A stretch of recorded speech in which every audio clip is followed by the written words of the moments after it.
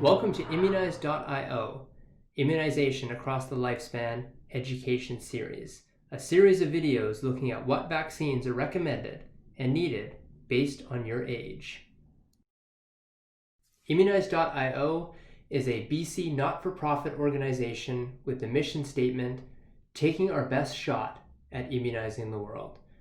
We strive to improve community immunization rates through education and access to vaccination services. The following video is for educational and informational purposes only. Please talk to your healthcare professional for specific advice pertaining to your vaccination needs. We now move to ages outside of school, 19 to 25. After the age of 18, the patient is no longer followed by public health and now moves into a category of adult vaccinations, which is an important category because it's now the prerogative of the individual to find out what vaccines they need in order to stay healthy and prevent vaccine-preventable disease. If the patient has not received any of the routine immunizations discussed in previous videos in early life, then they need to be caught up. Alternatively, if they don't have any records of these vaccines, they should also be caught up on these vaccines. There is no harm to repeating immunizations. The only harm that exists is if people think they're immunized when in fact they are not. So this is the BC routine immunization schedule for adults 18 years of age and older who are not immunized in childhood. If somebody has completed the routine immunization schedule, of important point to note is that the Tdap, tetanus, diphtheria, pertussis vaccine administered in grade 9 requires a routine booster every 10 years. So at the age of 24, they do need another dose of tetanus and diphtheria.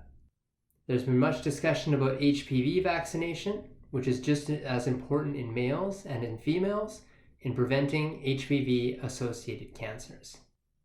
The HPV vaccine is provided free to boys and girls in grade 6. There is a catch-up program, and there are age and certain conditions that allow for publicly funded vaccine. However, if the patient does not qualify in these categories, they will have to pay out of pocket. But it is a very important vaccine for preventing cancer in the future. For complete and up-to-date information on HPV coverage Gardasil 9, please consult the Immunize BC website. In addition to routine vaccines, as mentioned on Immunize BC, there may be beneficial vaccines that can be purchased for additional protection against diseases. When we look at some of these vaccines in grade 6, if the individual did not receive things like HPV in grade 6, then we can do a catch-up. If they start the vaccine late, between the ages of 15 and 26, they need 3 doses in order to complete the series. Meningitis B is also an important vaccine-preventable disease. You can see in this graph, the predominant strain is serogroup C, which has dropped in prevalence due to the use of vaccination. Vaccination against meningitis B is a recent technology, and as a result, because meningitis B has low vaccination rates against it, it is currently the greatest disease burden.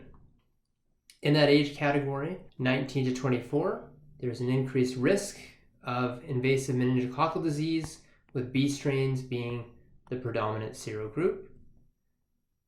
In grade 9, the individual did receive a meningococcal quadrivalent vaccine if they were in grade 9 in 2017. So it's important to look at meningitis immunization records to ensure protection against all 5 strains. Any questions, you can check out your local public health unit or your local pharmacy for any immunization needs or questions. Thank you for listening. For more information, check out immunizebc.ca, and most importantly, talk to your healthcare professional for specific advice pertaining to your or your family's vaccination needs. Don't have a healthcare professional looking at your immunization needs? Contact us at info@immunize.io.